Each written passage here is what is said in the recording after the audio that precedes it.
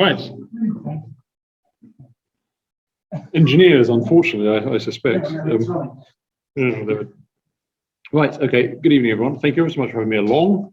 I will talk, I think, for about an hour or less if we can get away with it. And then obviously happy to answer any questions and that sort of thing.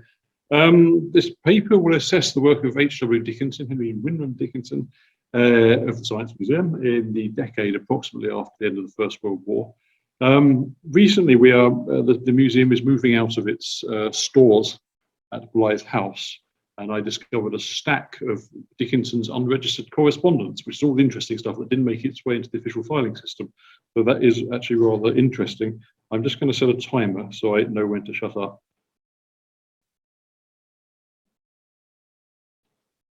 Anyway, sorting through that archival material, it presented quite a detailed picture of Dickinson's work from about 1919 to about 1930 when he retired, during which, of course, the Newcomen Society was founded. The Science Museum's present East Hall was opened, and all sorts of highly significant acquisitions were made for the museum's collections. Just thinking then about the context, I'm just going to run over there. I'm going to shut that door.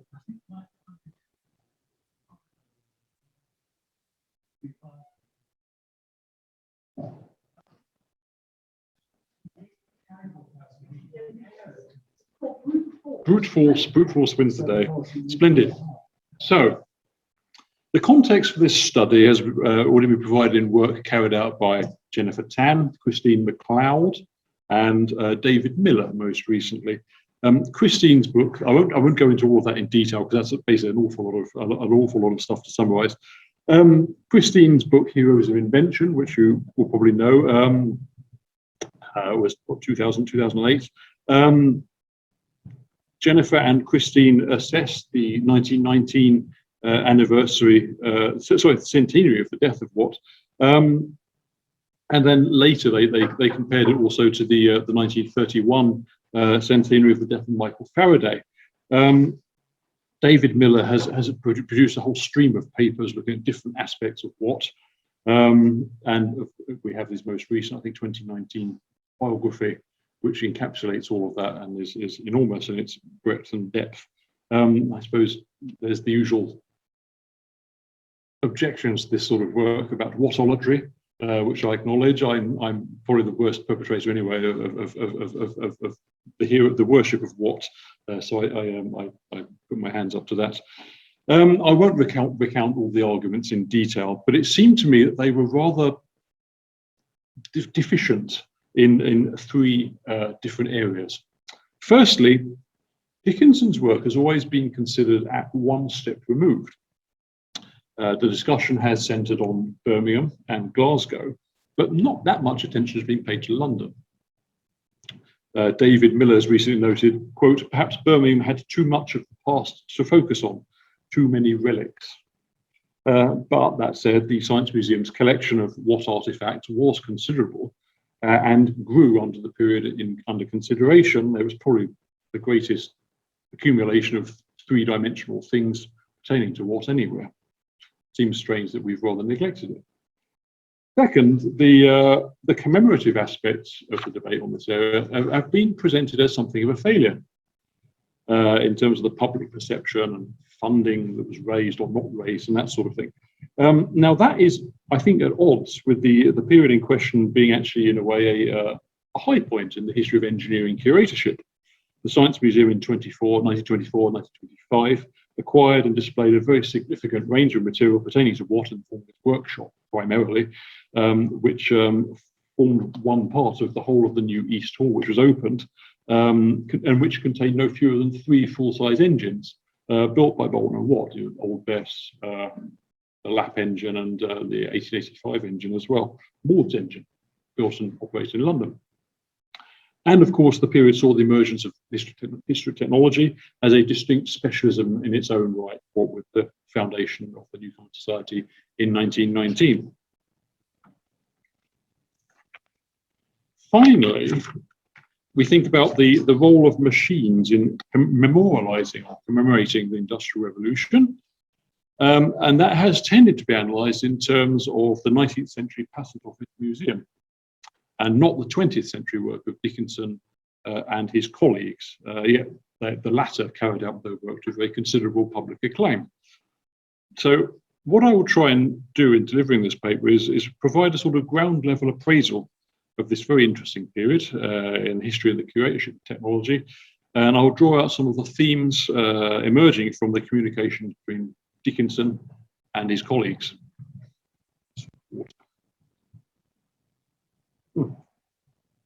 So the man himself, Dickinson, here we go. There's two images of him. The one on the right is, I think, from his obituary, and the one on the left, I think, is 1938. It describes him as Dr. Dickinson. I think he received an honorary doctorate from Lehigh University in the States. So I think that makes it about 1938. I prefer the image on the right, I must say. I just something about the light. I don't know. Born in Ulverston, Lancashire in 1870, he was educated at grammar school and then the University of Manchester. And then that was followed by a 4-year engineering apprenticeship in Glasgow. A variety of work with different engineering companies in Manchester. In 1895, he came to the Science Museum. He was appointed as a junior assistant in the South Kensington Museum's science department. And thereafter, I think his progress was rapid. I think he caught people's eye and people thought, oh, Dickinson is a man who can do things here. He was appointed assistant keeper in the machinery division in 1900. And then the director's assistant and secretary to the museum's advisory council in 1914. I think that puts him rather as a sort of director's right-hand man. So he's in a position of some considerable clout. He subsequently became the keeper of the mechanical collections, and he held that post until he retired in 1930. His outputs were voluminous. He produces a huge range of material. At the museum, he was responsible for the operation of the mechanical department with all the research and acquisition and display work which that entailed. But he also played a very prominent role in the development of the East Block, which opened in 1928. That's the frontage onto Exhibition Road, as you all know, and which housed the exceptional collection of stationary steam engines, as well as James Watt's workshop. And that physical work in the museum was accompanied by a stream of published work. His 1913 book on Robert Fulton was followed by 6 others covering the work of Wilkinson, Matthew Bolton, and Watt, both singularly and in partnership, and also Richard Trevithick. Dickinson was a founding member of the Newcomens. He was an honorary secretary and editor of the Transactions, I think, for no fewer than 31 years, which is impressive, and except for the years 1932 34, when he was just the president instead. So the work rate was sort of set high and stayed high all the way through. By any accounting, that's quite a remarkable amount of work to have done. But I'm desperate, I'm probably failing, to avoid creating a hagiography. This is difficult given the sheer volume of Dickinson's papers that has survived compared to the rather scarce paper trail left by many of his colleagues. And what I'll try and do is I will focus on the sort of chronological sequence of events concerned with Dickinson's work on Watt. So the 1919 commemoration and the planning and the formation of the Newcomen Society in the same year, and then the acquisition of Watt's workshop in 1924, and then what happens after that. I'll try and go through those in some sort of sequence. And again, rather than going into too much detail, I'm trying to identify some of those motivations which are underpinning how Dickinson, and so ably supported by his colleagues, works, and some of the reasons that he was so effective in doing what he did.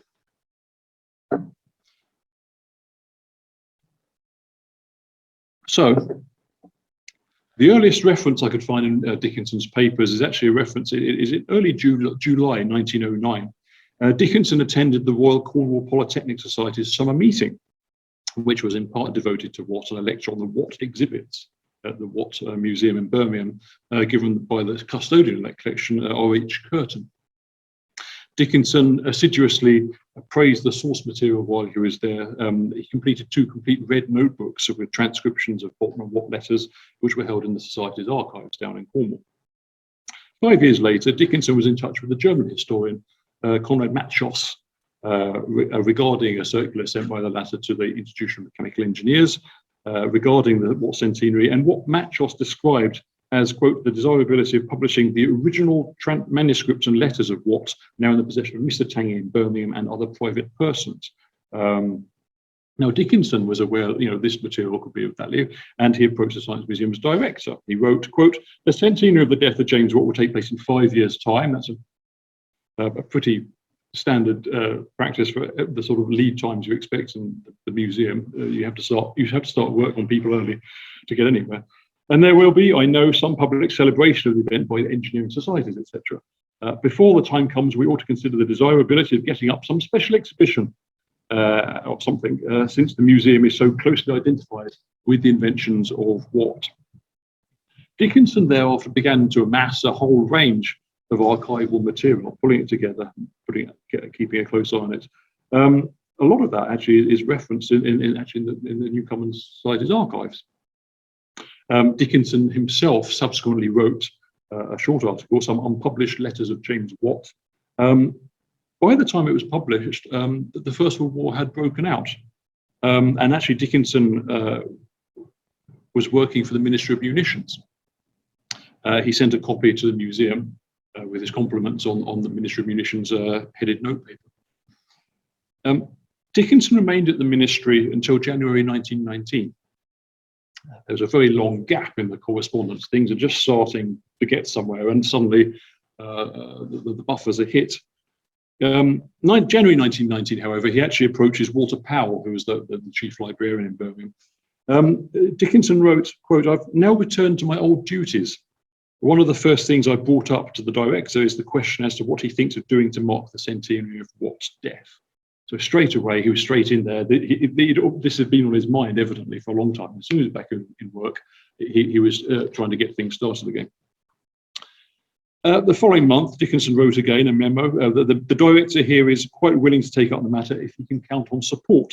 This would imply not only that of the Institution of Mechanical Engineers, but also of the Library Committee in Birmingham. So he's starting to put out feelers. A week later than that, Dickinson received intelligence from his friend R.H. Curtin, who we've seen before in Cornwall, that the rector of Handsworth was proposing to move the statue of Watt in St Mary's Church in Handsworth to a more prominent position, and actually had received a rather sound rebuff from Major Gibson Watt, his descendant. So again, things are starting to move very literally and metaphorically. By the end of March 1919, Dickinson is working with the Institution of Mechanical Engineers to consider action with other bodies regarding the 1919 centenary. It reported at the end of April noting some dissension between Glasgow, Birmingham and London over exactly what avenue should be explored and pursued, and recommending that, quote, we must allow the different districts to take their own action. Dickinson immediately threw his lot in with Birmingham, replying to them that to be involved with them would afford him great pleasure. Just covering the salient points of Dickinson's involvement with Birmingham. He was keen on them from the start, I noticed, to impress on them the significance of the Science Museum's holdings. When colleagues from Birmingham, the Centenary Committee, as it was styled, visited South Ken, Dickinson wrote to his director with seeming pleasure, quote, I showed them round and I convinced them, I think, of the preponderative importance of our collections in regard to an exhibition that might be proposed elsewhere. If you look at, this is the Easter in 1928. So it was starting to look like this, and you can imagine Dickinson bringing his colleagues down and showing them what they had, and hopefully again impressing on them the wonders of the collection which was presented there. Now, Dickinson made very, very good use of the assets, the objects, the resources at his disposal to oil the wheels of negotiation. He wrote to his director that, quote, it would be a graceful act to present a new set of photos of the Watt models to Birmingham. especially as later on we shall have to apply to the library committee there officially for a loan for our own exhibition here, as a large number of drawings we could conceivably use. Dickinson also emphasised the importance of ensuring that any events in Birmingham and the South Ken would be complementary. He tried to ensure their administration was efficient as well. For example, he wrote to his Birmingham colleagues, "I have strong feelings about an executive committee, which I consider should be small and all the members, people who can be got together at frequent intervals and at short notice." Here we have Dickinson placing his mark on wider events. He was using the collection and his administrative expertise to shape development. Now, Dickinson, as it turned out, was going to need all his powers of administration and persuasion. In June 1919, he found out that he could proceed with the Watt exhibition at the Science Museum. It's fairly typical that having waited and politics for years and years, suddenly he got the go signal about a month or two before it was supposed to open to the public. He quote, "It is supposed to be held sometime next month until the end of October. There can be no formal opening because, owing to our extremely cramped state, we are obliged to prepare and hold the exhibition in space open to the public." The formal request to borrow drawings from Birmingham exhibited Dickinson's trademark diplomacy. He noted how the range of drawings available there, quote, "is sufficient to meet all reasonable requirements by for Birmingham and for South Kensington as well." Regrettably, this diplomacy wasn't always reciprocated. Dickinson was commissioned to write a short article of Birmingham on the life of Watt. He sent it, he admitted concerns that it was, quote, "not sufficiently chatty or informative." Down the line, a rather blunt reply came back from Birmingham, approving the load of drawings for the display in South Kensington, but noting also, quote, "Your manuscript, however, will be considered in due course for use in another direction." I couldn't help but think of the phrase "damning with faint praise." Dickinson was finally able to record that his exhibition was fairly complete by the 13th of August that year. I've never been able to find a picture of it anywhere, but I could find an image of the 1936 exhibition, which followed up. And when I found a catalogue for the 1919 show, actually it was remarkably similar in its layout. So you have the view there, which you can still see today. I hope everyone at home can see the slide. It's quite a good one. Again, you have Watt on his pedestal, right in the middle. You have the image of a portrait of him, and also Bolton on left and right of that. As you can see, it's centrally positioned in the museum's East Hall. And actually, for what was supposed to be a relatively small exhibition, done at barely any notice, actually included no fewer than 308 objects, which is a considerable collection, both 2D and 3D, including about 80 drawings from Birmingham. The nucleus of the displays, right in the middle, illustrated Watt's methods of working and his inventions. Things like the original model of the separate condenser, for example, and they were accompanied by others associated with Watt's colleagues and his contemporaries. Around them, you had the full-size engines and models illustrating the development of the engine in the centuries since Watt's passing. Now, this is actually, I think it's an awful lot, actually, in a comparatively small space. Indeed, the lack of space is the subject of a comment in the catalogue, which notes that the necessities of the wartime have prevented the national exhibition from being on the scale which had been contemplated, and that the number of objects which could be selected for exhibition has been restricted. Those which are shown could not be grouped in close accord with the classification, suggesting, I think, that items were actually placed wherever they might fit in the display cases. And so you had, if you followed the exhibition around, you'd have to have the catalogue close at hand in order to make sense of exactly what was supposed to be positioned with what. That said, the catalogue, which is available online, and certainly if you go to archive.org, you can browse the whole thing in some detail. The catalogue does nod towards Dickinson's tradecraft in assembling the exhibition. Steps were taken to coordinate the efforts here with those in Birmingham, so that the two exhibitions will be to a large extent complementary. And actually, the exhibition was so successful; it was extended all the way through to January 1920. A colleague of Dickinson's from Birmingham noted when he visited that visitor numbers were very satisfactory. I was there myself 3 or 4 times, and no doubt the attraction of moving models tend, as always, to swell the numbers.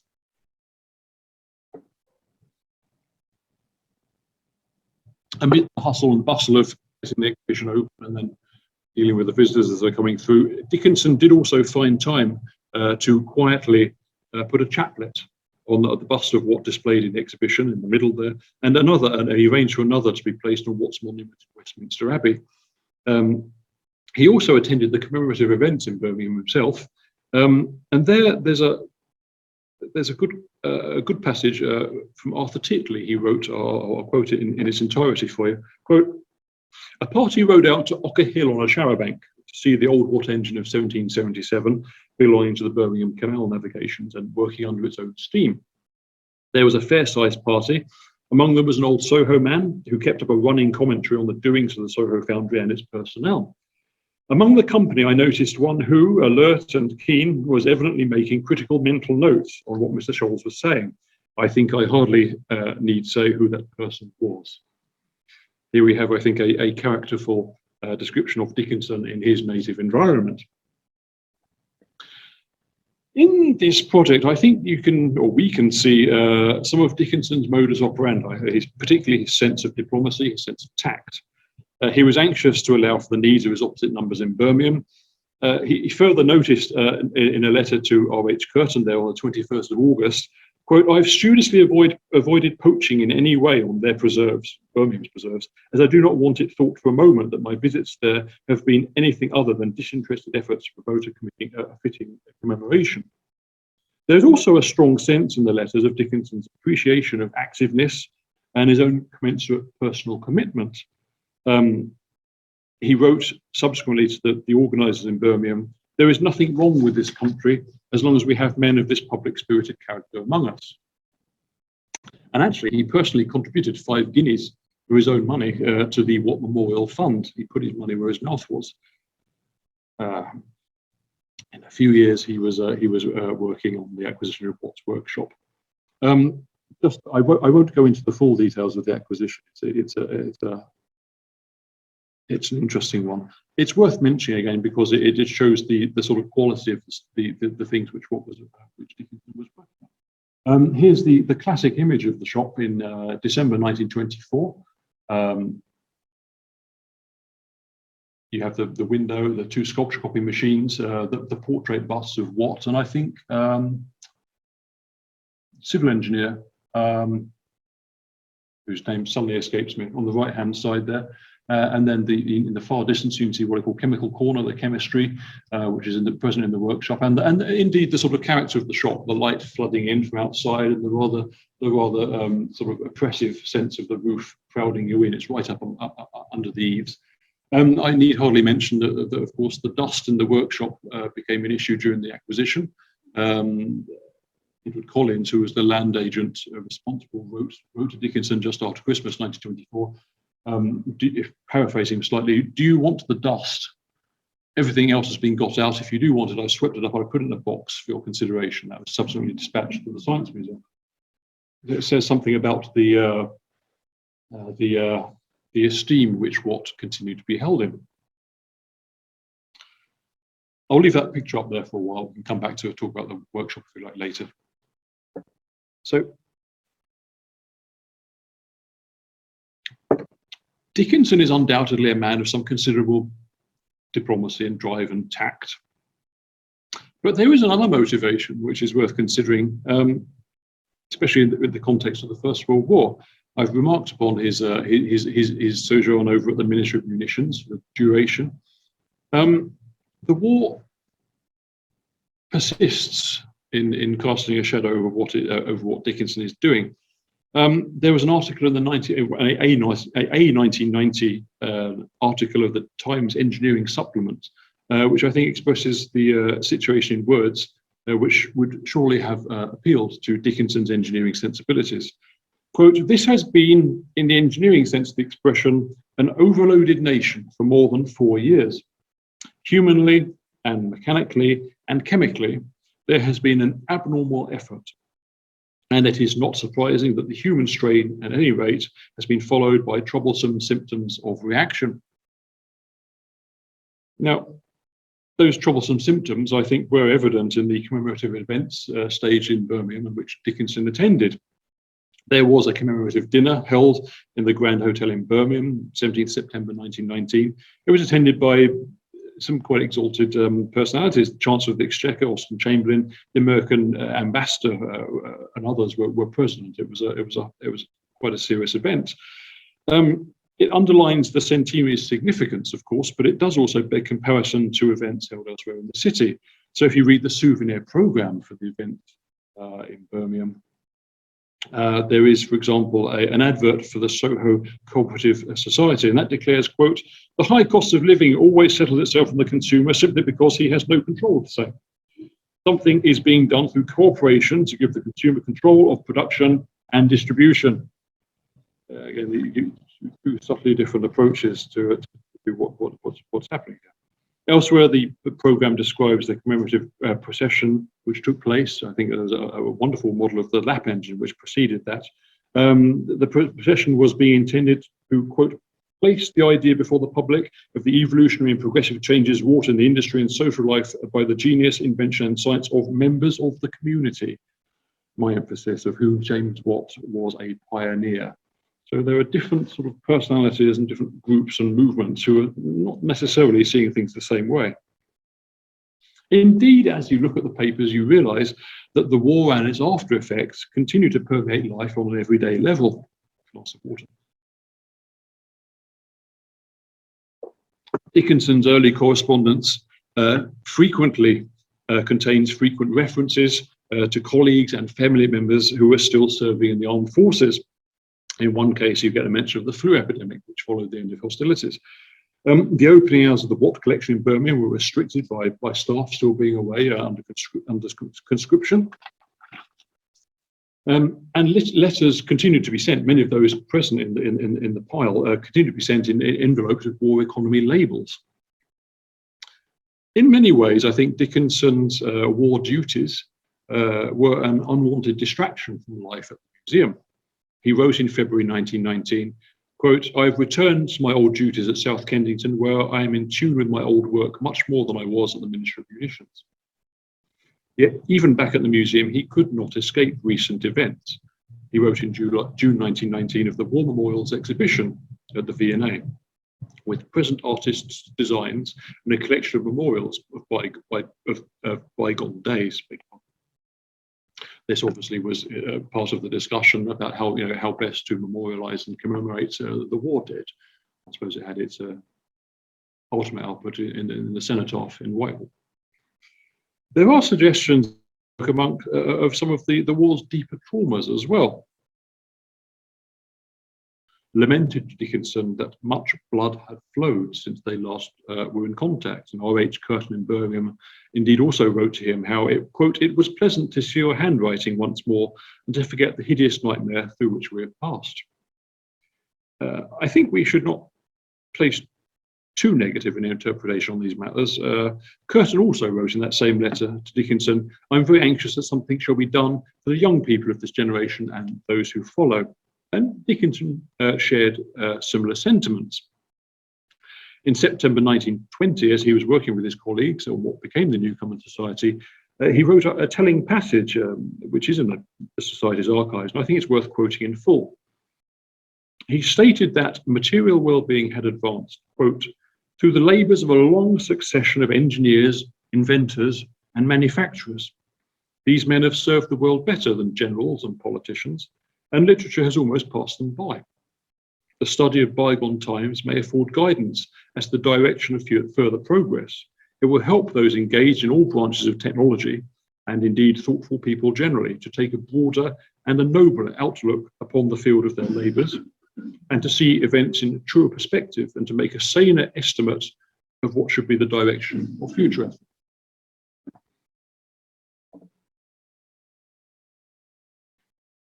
I think Dickinson's choice of words is very telling. The dismissal of generals and politicians, the use of thoughtful, noble, and sane. Dickinson's experience of the Ministry of Munitions inventions panel, which he was the secretary of, is, I think, highly relevant here.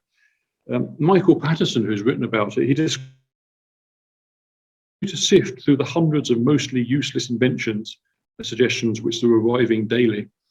It considered some tens of thousands of these suggestions for ways of bettering the armaments the armed forces possessed over the course of the war. Only 30 of them actually made it into the hands of the operational armed forces. Dickinson was evidently highly skilled and motivated, yet here he was spending a huge amount of his life, indeed his career, working for an organisation with a blind faith in the potential of the amateur inventor. I suggest then that the possibility that the trauma, the dislocation, and maybe the futility of the war influenced Dickinson's subsequent commemoration of Watt in 1919, and indeed his wider efforts at memorialising engineering history. There's a revealing moment in a letter from Dickinson to Miss P.M. Bolton in April 1919. Bolton had been unable to secure a copy of Dickinson's book on the ironmaster John Wilkinson, despite having prepaid for a copy. Dickinson replied to her, "I'm sorry you were so badly treated over the John Wilkinson booklet, especially when you had so far interested yourself in the monument to him," my italics, as to send for copies. Dickinson was effectively crafting monuments to the engineers as he had seen monuments to the war dead at the V&A Museum.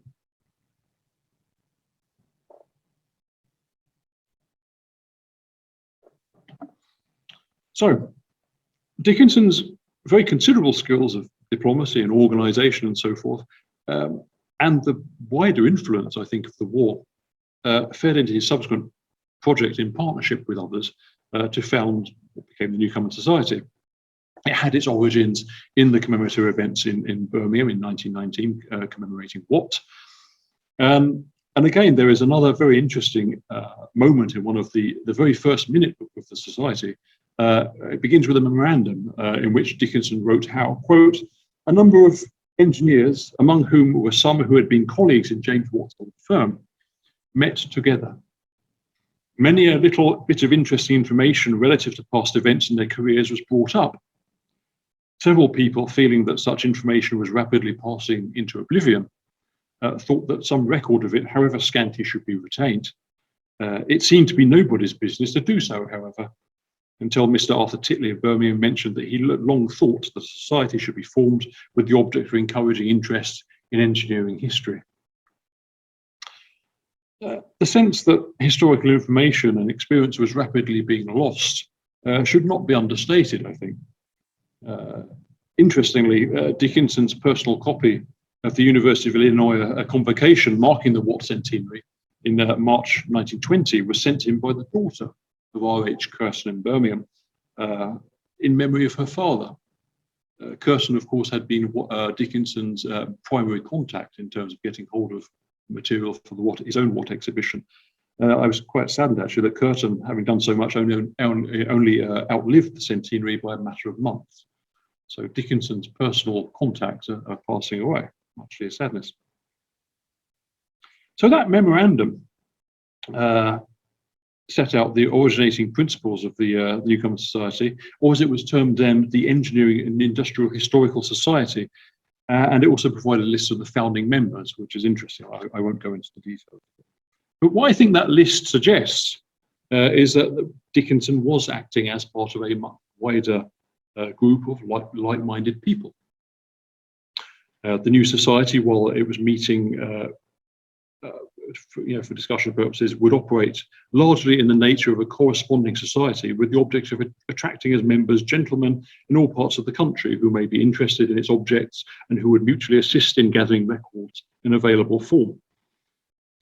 The emphasis on gentlemen, by the way, is actually belied by a frequent mention in the subsequent meeting notes of the presence of like-minded women as well, which is wonderful.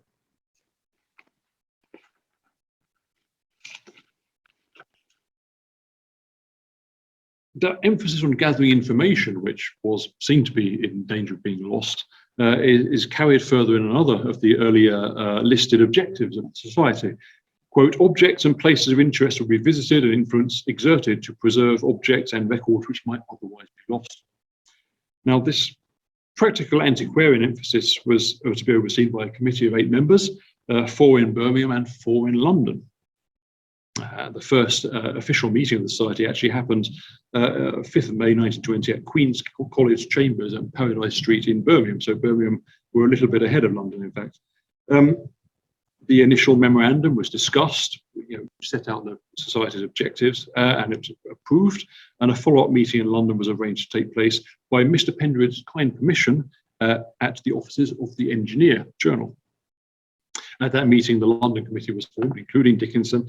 And then a subsequent gathering at the Savage Club, there was a very prolonged discussion which devised the formal title, the Newcomen Society for the Study of the History of Engineering and Technology. And that was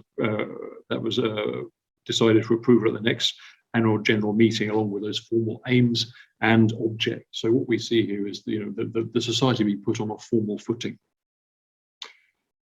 The first formal meeting took place 10th of September 1920. I've already touched, I think, upon Dickinson's introductory prose for that document, its use of the words thoughtful, noble, and sane, and that sort of thing. And that was actually appended to the Society's aims, which were circulated in advance. 300 copies of that document were circulated to kindred institutions and societies. I won't go into all the details of the early general and committee meetings. There's a very full account of those in the Society's archives. I'll just touch on some of those salient points, I think. Now, reading the minutes of the first 2 years of the meetings, I think I was struck by the smooth professional running of the organisation. I suppose you wouldn't get all of the disagreements and those sorts of things in the minutes. Perhaps I'm being a little bit naive in saying that. That might well be in part due to Dickinson's diligence as the secretary. Although I should mention that the initial selection of Heroes Aeolipile as the draft Society emblem was rather less than smooth. It was discussed at length, but no conclusion came to. That sort of thing did seem to attract some disagreement, but those disagreements took place certainly away from the official minutes and probably behind closed doors in private letters between members. The only other ripple on these rather smooth waters, I think, actually came in May 1921. Mr. Seymour Jones had submitted a paper on the invention of roller drawing and bottom spinning. It had to be cancelled at the last minute. Dickinson was actually sufficiently perturbed by this event that he actually wrote in the minutes that it was cancelled at the last moment twice, and then had to cross out his second mention. So this is unusual, probably one of the only pieces of crossing out in the whole edifice of the minutes that I could find. The following month's general meeting, Seymour Jones apologised for having to cancel his paper. It was, quote, owing to duties concerned with the coal crisis, the upheaval that had ensued following the return of the UK's mining sector to the public ownership, and the subsequent decision to drastically cut miners' wages. And I think that's a reminder of the background noise following the war was still considerable and disruptive. I should also note, actually, although things appear to be running smoothly on the surface, the Society was also operating under some considerable financial restrictions. There's a moment when they find themselves with 30,000 words for the transactions in hand. However, printing in good quality was going to cost £3 per page, and the Society only had £61 funds in total in hand. So there was a sort of slight difference between what the Society's ambitions were and the resources actually available to deliver that. We all know that feeling quite well, I imagine. An early account of or a particular characteristic, you might say, of those early meetings was the inclusion of objects, prints and books in the discussions. To give 2 examples, the very first paper given to the Society was by Mr. Hulse of the Patent Office Library, and it was on the subject of engineering, historic engineering books. And the meeting was, quote, terminated with a pleasant browse among the books which were handed around. The November 1921 meeting saw a paper by N.D. Marshall on the Liverpool and Manchester Railway. It was accompanied again by a good selection of models and other artifacts. This characteristic, which was enshrined as a formal object of the society may, of course, reflect the early involvement of Dickinson and the museum in its workings and its emphasis on the material culture of engineering. Indeed, Dickinson always stood ready to contribute regarding the history of the museum if required. In January 1921, if Lieutenant Pendred's paper on Trevithick's London locomotive was not ready, Dickinson stood in and offered to arrange a visit to the Science Museum in South Kensington with a short address on its origin at short notice. So again, he's always gently pushing forwards the interests of the museum. You do, again, if this all sounds a little bit dry, I did find, so this is a rubbish picture, and I hope you can see it at home as well, but in amongst the papers and the letters and the correspondence, there's this wonderful picture, which I was so excited at finding as I was going through the archive. I just took a picture there and then with my phone, and that's what you see now. This is Dickinson. You see him on the left-hand side in his back garden with visiting members of the American branch of the Newcomens. I think on a research trip. Dickinson, as I said, is on the left. At the highest peak of the pile, you can actually see Engineering Captain E.C. Smith as well. And it looks like everyone is pretty happy and having a good time. Again, I think perhaps the official record of these things in the minutes tends to gloss over the fact that this sort of thing was happening as well, and it looked like a good thing, you might say. Also, in connection with the museum, as well as mentioning the need to retain and consider or bring into consideration the material 3D objects of the museum's collections. It's also interesting looking at the papers and emphasising, as this picture does, that Dickinson was still operating as part of a broader pool of very like-minded people. We see them here. And we do tend to find some mention of figures who otherwise left very little paper trail in the museum. So E.A. Forward, I think, left two papers in the Hackworth papers, for example. There's a very sparse nominal file, which seems mainly to be concerned with his presentation to the museum of a sparking plug, and there's some more impersonal forms and things concerning his donation to the museum of some collection handbooks for railways and land transport. There's not really much to go on with regard to Forward. Yet in the Society's minutes for 16th of November 1921, we find Forward taking part in an animated discussion on Dendy Marshall's paper on the Liverpool and Manchester Railway, which included what was minuted as a long critique on locomotives by Mr. Forward. The March 1922 meeting, Robert Young read his paper on Timothy Hackworth and his locomotive, and that was followed by Forward, who criticised the paper in detail. So again, you start to get these little mentions of these people are generally quiet in the museum paperwork, start to come to life as we find them in the Society archive.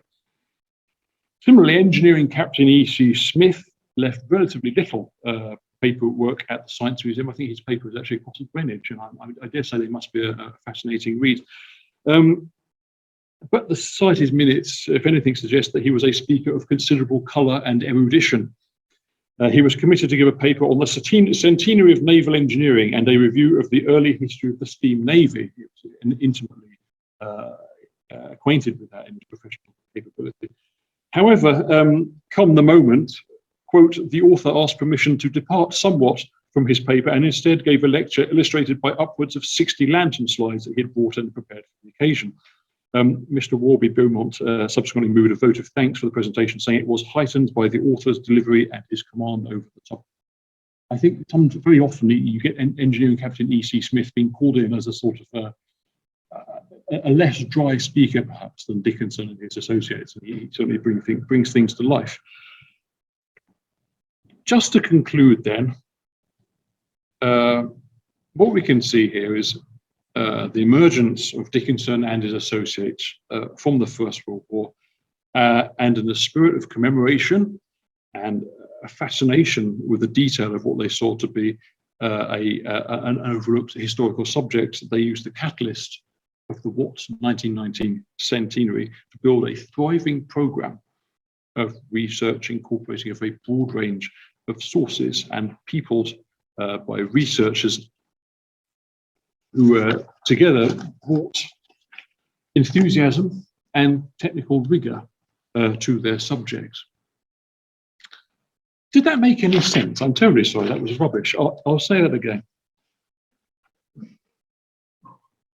Actually, I'm not sure if I can. This is what happens when you edit a 9,000 word paper down to 6,000 very quickly. I do apologise. We might describe Dickinson as a first among equals. He certainly deployed his organisational and diplomatic skills, but he also, of course, employed his heft of his high up position in the museum to the best possible ends, and they were supported by that network of people like engineering captain E.C. Smith and all of his associates. This bore fruit in the development of the museum in the 1920s, the expansion of the East Hall and everything that was came to be embodied within it, and particularly with regard to the acquisition of Watt's workshop, which I briefly touched upon, and indeed its subsequent display. I probably should finish now by saying that I would look very forward very much to discussing those projects in a future paper for the Society. I'll stop talking there. Thank you very much for listening to me.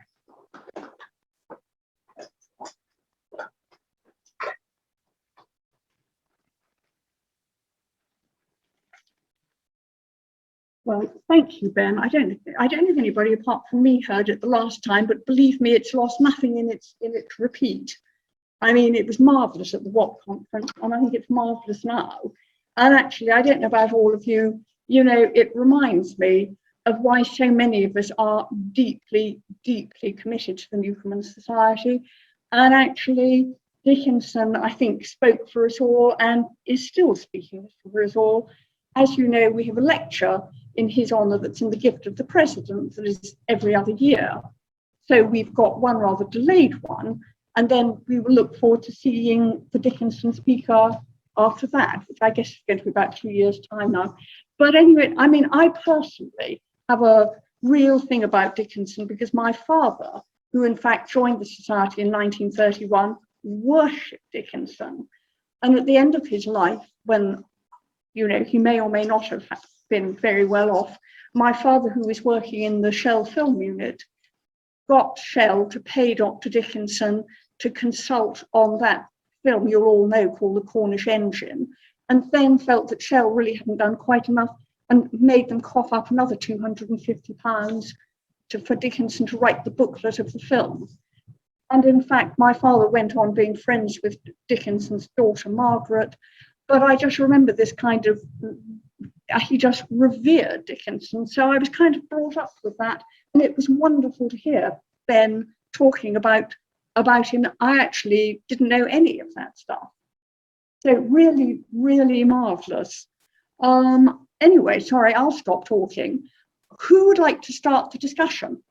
And how do we organise, John is going to start, how do we organise the online business? Okay. Thank you, Ben. That was an absolutely brilliant talk. Sorry, I'm coming in as a disembodied voice at the moment. Julia, can you hear me? I'll start by saying thank you very much, Ben. As a colleague of yours in the Science Museum for some time, I learned a lot about Dickinson that I didn't know. But I have a question for you. In talking about the exhibition in 1919 at the Science Museum, you imply strongly that it was held in the East Hall, as was the 1936 exhibition. I'd like to query you on that, because I don't think that the East Hall, the East Block, was available to the Science Museum as early as 1919. It was structurally complete by that year, but its galleries were in occupation by civil servants in pursuance of the war effort. And I think it was some little time after that that I think we'll find it's in Follett's history of the Henry Lyons years, before they were able to get rid of the civil servants. And actually the ground floor of the East Block with the engine pits and the displays was not laid out, I think, until 1923. And I could go into more detail. I suspect that the 1919 exhibition was held in what are called the Southern Galleries, which were the range of buildings from the 1862 exhibition that contained the engineering collections previous to the building of the East Block, and that's possibly why they were so cramped. And of course, the beam engines we had were erected in the southern galleries before they were moved across. Now that's a rather, it's a rather precise point I'm making, and maybe it's not germane to the general thrust of what you're saying, but perhaps if we're going to read it in the paper, I'll have a look myself through the Science Museum annual reports for the time, which I have conveniently to hand, and see what they tell us, and I will be in touch with you outside of this meeting. But otherwise, thank you very much.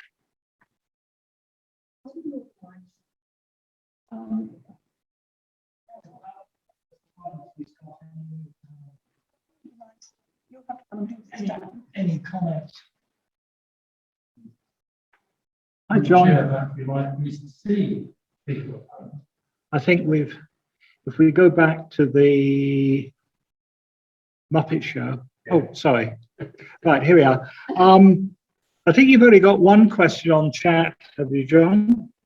Yeah, I've put a call out to anybody. If anybody on any of the online audience has got a question, either put it on chat or raise your hand and we'll get to you. At the moment, we haven't got any. Nobody's come back to us. Ah, right. Unfortunately, this evening we don't have the roving microphone, which we had when we did the trial here a few weeks ago, and the sound system is wrong. So anyone who has an observation to make here, they've got to come up and talk to the computer. But we'll see how that goes.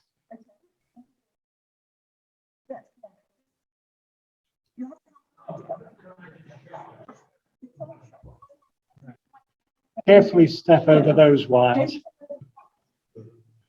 Yeah, it's expression we probably shouldn't use. Well, we heard about this trying to collect anything and everything that was Watt. Did he ever try and get the Newcomen engine model out of Birmingham, out of Glasgow University? Because that's a bit of an odd survival of, just in a box. But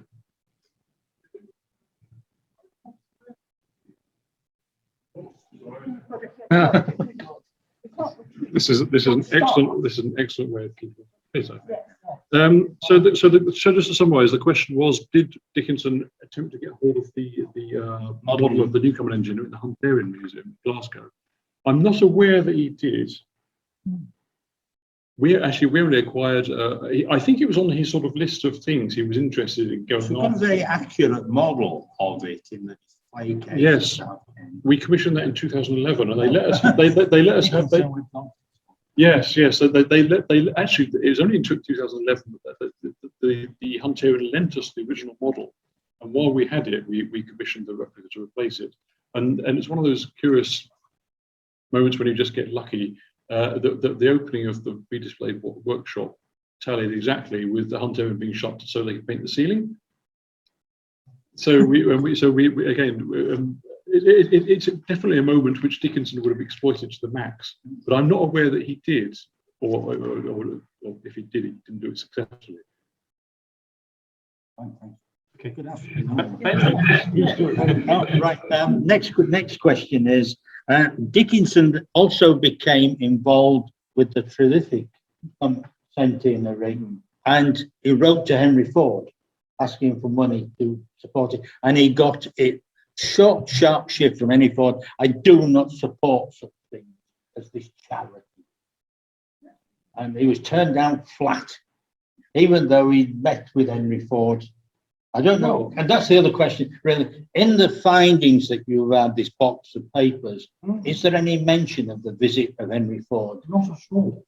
I think it's deeply hypocritical of Ford to have come to the museum and sort of, what do you say, pulled his checkbook out, or there was some sort of... Oh, at the museum. Oh, well, they visited twice to the museum where they offered to buy the Stephenson's rocket in particular. And then also various other engines around, the rotated Watt engine, the lap engine. He offered to buy that, with whatever the money cost would be. And this was to Dickinson's face. And he then got told these are actually national treasures. There was a fit of pique when Dickinson suddenly wrote to him, and then he turned Yeah. it down himself. So, yes, I agree. Anybody else? Ben, Julia, can Ben hear me? We have one. Yes, I can. We have a question from Jonathan, and I'll just unmute Jonathan so that he can ask. Jonathan, floor's yours. Yes, very simply, it's a charming story. What about his home life? Well, I think so. The question, just so you heard it in the room. So the question was, what about Dickinson's home life? So he lived in Purley. What I found, I found there's two different addresses in Purley, and what I realised that when I lived in the area, I'd been driving past one of them for years, and I'd never actually realised. If I had done, I would have gone and prostrated myself on the floor outside. His first wife, I think, passed away. I think she was quite poorly, and I think Dickinson remarried. I don't know about his children and that sort of thing. Well, no, it's Margaret. Coming to, because my father kind of kept an eye on her, I think, partly because of his thing about that. Of course, I was only about 6. I Julia, don't remember, but I mean, she must have been about his age. But I mean, okay. There was interesting mentions of a particular lady who provided secretarial services in Purley, and she's always invoicing for work on behalf of the society, doing transcriptions of things for Dickinson. So he's obviously I don't know, he's a sociable man. Beyond that, I'm not aware of any other sort of friends or contacts locally to him. I think he died at home, 1952, passed away in his sleep. I think as I mean, I very powerfully had the impression that, I mean, rather like, Julia, can you come a little bit nearer to the mic, please? The centre of his social life, in a sense, was the science, his colleagues at the Science Museum and Newcomen Society. I mean, in a sense, rather like we are today. I mean, those are the people that he liked and didn't have to make any small talk, could just, talk about his team or whatever, would constantly be able to discuss the things that interested him without any of the sort of flannel, if I can put it so crudely. Yes, yeah. I suspect there's probably a strong element, the social element to the society. Well, there still is, of course, which is what's so wonderful about it. Yes. So, I mean, what's always struck me about it is that actually what they were doing, they were looking at the history of a living technology, because steam was very much still with us in the 20s and 30s. And then for a long time in this society, we had this feeling that we were just looking at the history of something that had gone. And actually, we've been making a real effort in the last few years. I mean, Jonathan Aylan is clearly part of all this, looking at the immediate past history of the nuclear industry, this kind of thing. I think we sometimes forget that the society was set up in order to look at the history of a living technology. And we need to sort of bear that in mind. I can see John nodding furiously. Yes. That makes me wonder if there's strong elements of sort of commemoration and marking the passing of things. It seems to come in waves. So you have a lot of interest in the 1860s. So, for example, the Soho manufactory is reported as being sort of semi-derelict and being demolished at that point. We acquire 2 of our bottom water engines in 1861. And they are in rather sort of parlous circumstances by that point. So I think you get 2 particular sort of periods of time. I think the 1860s is one when you have Woodcroft and the Patent Office Museum and Woodcroft's antiquarian fascination with machines and trying to lay hands on what he can. And I suspect there's a sort of resurgence of that in the 20s with Dickinson and his colleagues. Suddenly they had more space in the museum, but I think also there was a motivation to do so. The catalysts that coming from the Watt centenary and the realization that all of the Soho men who were around for a long time are starting to slip away, like R.H. Curtin did. Within a few months of the end of the war, he's no longer with him, despite having been sort of Dickinson's man in Birmingham for a long time. And so you get these sort of peaks of interest in the 1860s, 1920s. I don't know if there's been another one since. It's interesting. Curators curate things in waves, and they have sort of they ebb and flow. Julia, can we bring Peter Turvey in, please? Yes. Can I bring Peter Turvey? Peter has a question. Peter, I'll unmute you so you can ask your own question.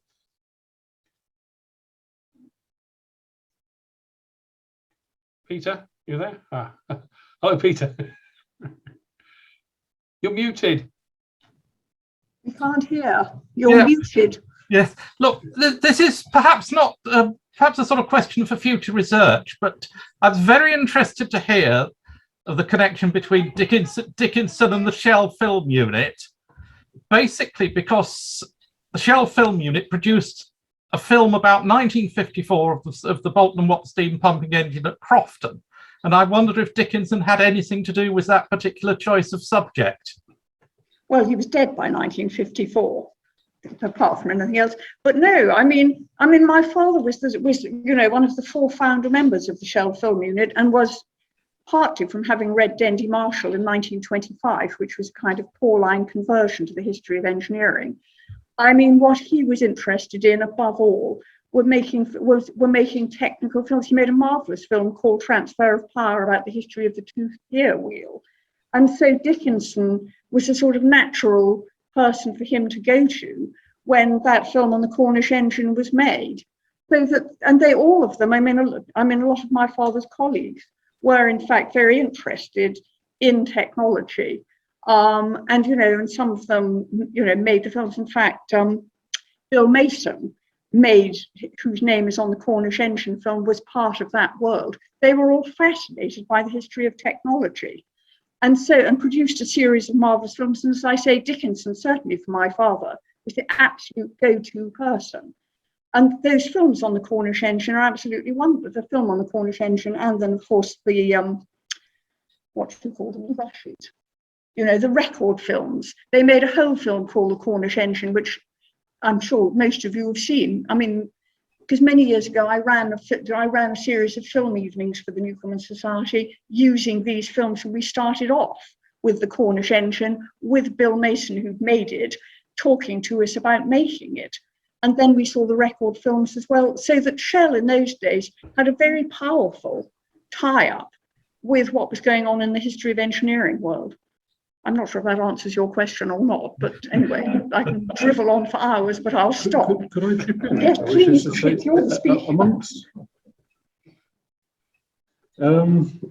Amongst the Dickinson papers, I'm pretty sure, so I haven't seen them for at least 2 years because of the lockdown and not being able to get to the museum and that sort of thing. But I'm pretty sure that it was a file which said something along the lines of Cornish Engines Preservation Society or something like that, which might well be correspondence associated with the films and that sort of thing. So there we have a sort of nice sort of project encapsulated in its own right, so to speak. Right. Thanks very much. I think there's some more research to be done here. Thank you, Peter. Thank you, Peter. Does anybody else of our online guests, does anybody else want to come in with a question to follow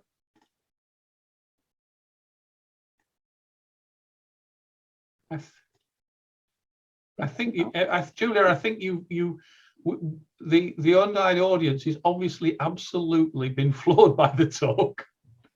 Well, it's, as I say, sorry, don't listen to this. It was a wonder. I mean, I thought it was an absolute revelation when I heard it 2 years ago at the James Watt conference, because, we all pay lip service to Dr. Dickinson without any of us really having understood quite how wonderful he was, even though we've all read those books. He wrote copiously. We all at least I started, with his small history of the steam engine.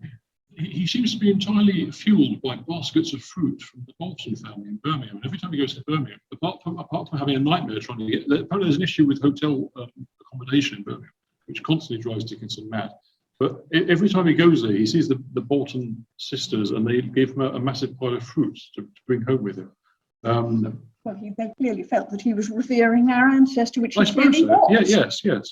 So, but then just going back to the Cornish engine thing, it was one of the reasons that the Kew Bridge pumping engine was saved. That film was part of all of that, and Dr. Dickinson was part of that whole thing. And there is a picture, and which I sent him the photograph. Yes, of Dr. Dickinson lecturing.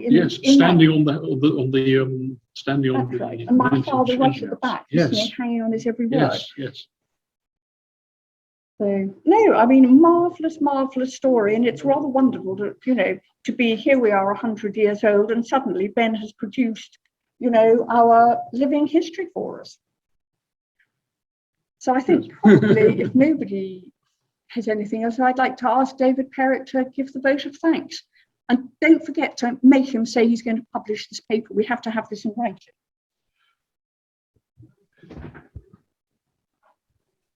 On the cable yet again.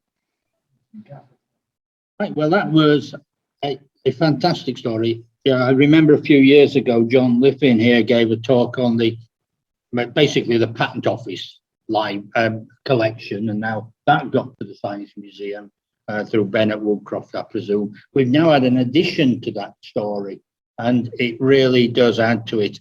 It's interesting because I've just come back from the Early Engines Conference in Dudley, where there was in fact some rewriting of comments about and rewriting of Dickinson's book, particularly the James Watt book, where there's been a lot more research done on the Bolton Watt archive, showing that, well, maybe they skipped the odd year in writing their book. But no, I think we've had a fascinating update. It really, really, really must be published. So it not only tells the story of the man Dickinson, but tells a great deal about the early history of the Newcomen Society itself.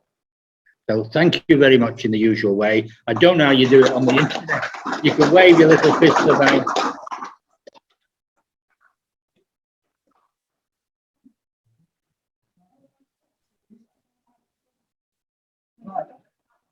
I have booked, for those of you online, don't listen to this bit. I booked a table at an Italian restaurant in Long Lane, and I booked for 8 people. Now, I'm not sure if we're going to get 8, but if you'd like to sort of follow the crowd. Yeah. Yeah, no, and I think I've got 2 takers over there, and there's 6 and 7, so we're there. Yeah, well, it's not Attilio's, I'll tell you that. It's not the Hitchhiker's Guide to the Galaxy. It's a bit more sophisticated than that. But having said that, I'd like to thank everyone who's turned up tonight and apologize for the slightly technical disaster, because we've lost the sound system. When we tried this, we actually had both the people online and the speakers using the microphone plugged into the PA system, and everything went wonderfully. And of course, the first time we tried to do it for real, it doesn't. But there you are. Anyway, thanks everyone for turning up. And hopefully we're on a roll now, and we'll get some good numbers of people to turn up for the other ones.